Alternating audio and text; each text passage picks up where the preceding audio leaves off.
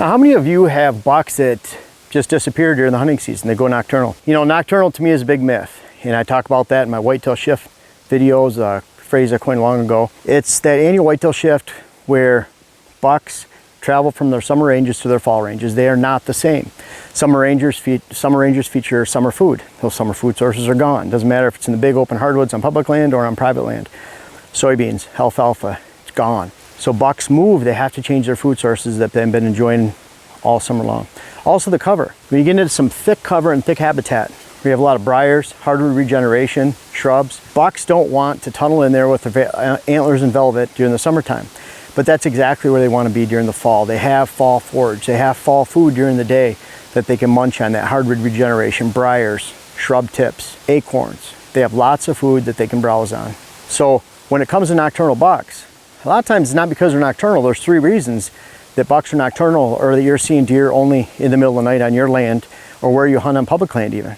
And it's, to me, food, cover, and hunting pressure. Here in this location, we're going to talk about cover. Now I'm showing you, we have all this aspen in here. Aspen regeneration out towards the sides, and then we have box elder. This is early successional field growth. I would assume this is all pasture in one day, and the woods is starting to crowd into the field right here. And we own these fields up to a certain point, so you can bet I'm going to let this keep crowding into this field and let it form into early successional growth. Early successional growth is great because we have the goldenrod, ragweed, little bits of alfalfa, clover, briars, box elder, aspen. It's all early successional growth, and that's what bucks crave, and that's the type of cover that deer crave in general during the fall. Not the open hardwoods in there. They'll go feed in there, but there's no cover in the big open hardwoods that we have. And I'm happy on this parcel, out of about 150 acres of woods, the majority of that is a mix of open hardwoods, early successional growth, big stands of aspen, box elder, cherry, hickory. There's a lot of diversity on this land, and for that we have adequate fall cover. If you don't have adequate fall cover where you hunt, whether it's on public land or private, then don't be surprised if you see those deer turning, quote, nocturnal. Again, it's not that they're nocturnal, it's just they move somewhere else. And that's the number one, that's the first step out of three in making sure that you have a daylight buck parcel during the fall, is making sure that you have adequate fall cover. If you don't, the deer just simply, especially bucks, are going to be located somewhere else during the day. Does, if you have quality food sources, even if they're adequate fall food sources, does that are here today are here to stay, they'll stay, but bucks will move far and wide to go find quality cover. And that's why we find a lot of times with that Whitetail Shift that bucks are located about a mile apart. And you know, I'm always learning when it comes to whitetail. I'm always trying to experience. So I experienced this Whitetail Shift, my own hunting in several states, public and private land, but I also enjoy the experiences of my clients, over 1,000 clients strong, interviewing my clients, working with them for the day. This is a common theme. I've seen it hundreds of times with my clients talking about that Whitetail Shift. So it's not just my own experience, the experience of over 1,000 clients in 26 states around the country. Common, powerful theme. If you understand it, you'll be on top of the deer during the fall, either looking for it on public land or creating it on your own private land. But first step in eliminating a nocturnal parcel is making sure you have enough fall cover on the land that you hunt this season. Hey, sorry to interrupt this video, but my web class series is finally begun. How to design your whitetail property is on my website, and there's a link in the description. Please check it out. Now, number two, in making sure that you don't have a nocturnal deer herd this fall on your land or where you hunt, is fall food. Now, obviously, you don't have to have corn. This is my first year that I'm actually have corn on the land that I hunt that's specifically planted for deer. But corn represents November fall food source. In fact, it's hard to argue with that corn is king in November. Really powerful draw during that time of the year. But we've been doing it with greens for many years and making sure that we had a fall food source of greens on our property. And if you don't have a food plot and you don't have those greens, if you don't have fall food on your land during the hunting season, you're going to experience a nocturnal herd because they're going to be food focused somewhere else. Deer hit their most prized and valuable food source right before dark every single day. That sets their clock of movement every day. They feed 5 times in a 24-hour period. And when they're hitting their most valuable food source is after they've been back in their bedding areas feeding on woody browse and acorns all day. It's hard to digest. First thing they want to do is go hit their high quality food sources. It's the same on public land. If you're hunting open hardwoods down in the big public land areas of Pennsylvania and Ohio that I frequent, if you're in those open areas and it's during the fall, you're not going to see a lot of deer, even when the acorns are coming, because they're going to go hit those acorns right at dark. They're going to be bedded somewhere else. And a lot of times, because there's a lot of hunters in those public lands, they're not hitting those acorns till well after dark. I love clear cuts, very thick, so it represents cover and food at the same time. And in a public land setting, those clear cuts could be the cornfield that deer will be attracted to for 2 to 3 miles from around. I've seen that in firsthand, where bucks we have one year hitting a clear cut 2 miles away that a friend's hunting down in southern Ohio public land, just because the clear cut we were hunting is getting too old, that browse is getting above shoulder height, and then those deer are moving towards those food sources. But if you don't have food, you don't have that fall food, you're going to experience, just like cover, if you don't have fall cover, you're going to experience a nocturnal herd. It's very deceiving because, again, those whitetail shift from summer to fall habitat, especially mature bucks. The does, they have adequate food. They're more likely to stick around, even if they have a little bit poor cover. But bucks seek not only high quality cover, but high quality food, and they're willing to travel a long ways to do so. So if you're not seeing deer during the hunting season, ask yourself, what kind of fall food do you have? And what kind of fall cover do you have? And those are the first 2 steps out of 3 to make sure that you're hunting a daylight deer herd this fall.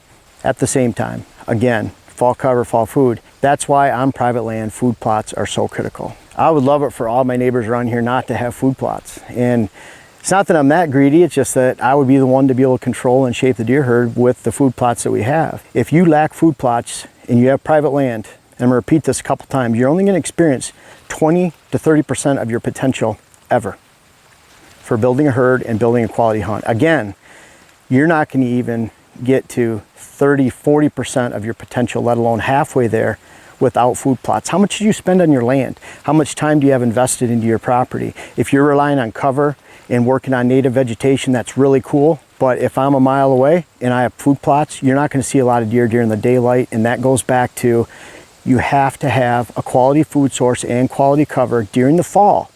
What happens in the summer doesn't really matter. The deer have plenty of food around here. It matters only in the fall. And guess what?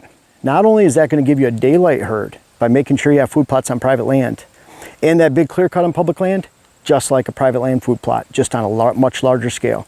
And let's face it, not only is that food critical to develop that quality herd, quality hunt, but guess when deer need food the most? Of course they need food during the summertime to grow, but there's abundant food everywhere. You don't need to provide it. Think how many deer die again during the wintertime.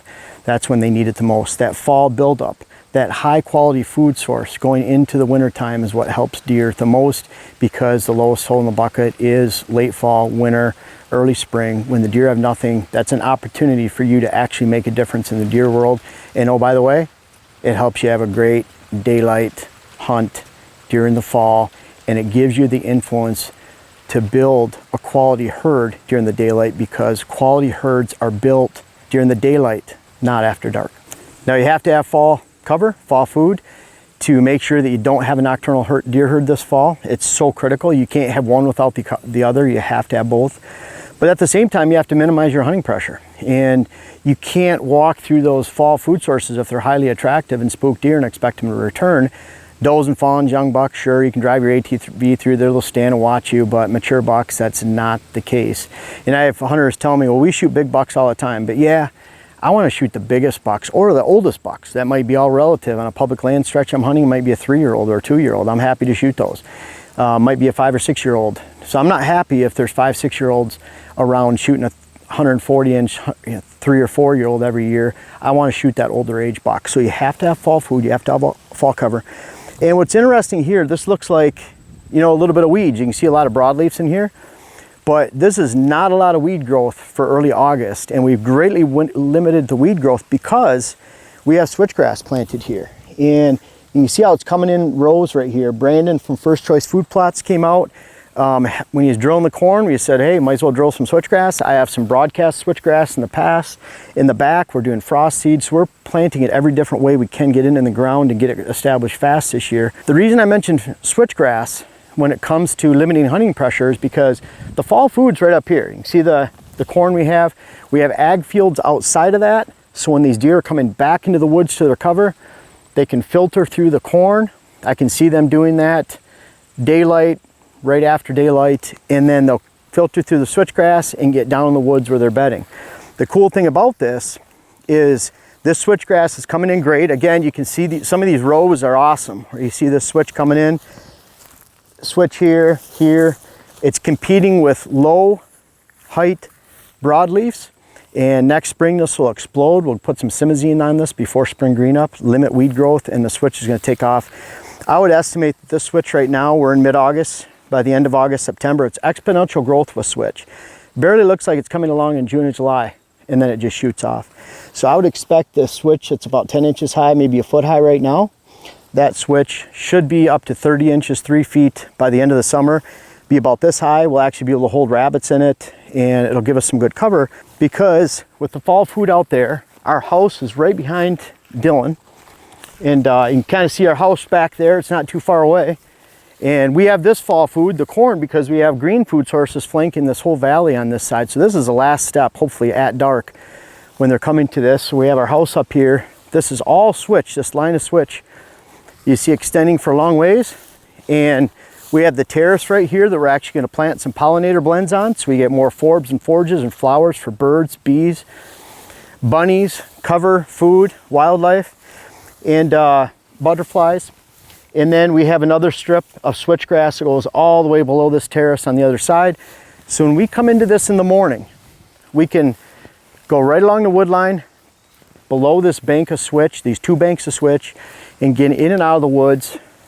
We can manage our hunting pressure, because we can get into a stand as deer coming off the ag fields in the distance before they come into the woods. We're going through this before the deer get into the woods. And then we're going out a different direction to get around this so we don't bugger up the deer that are bedded in here. You have to think about hunting pressure, because even if you have the best food and the best cover, it almost creates a situation where there's higher risk.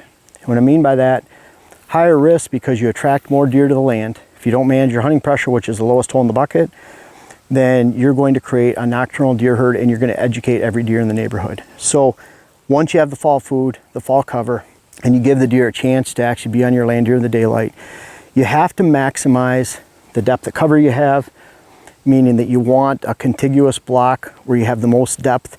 Like, the worst thing I could do is in the cover down here in the draw, put a 5-acre food plot, because that would fragment the deer, push them out to the sides. So I'm leaving that as an open area of cover. I'm saying the deer are feeding here, there, we have it all around this area.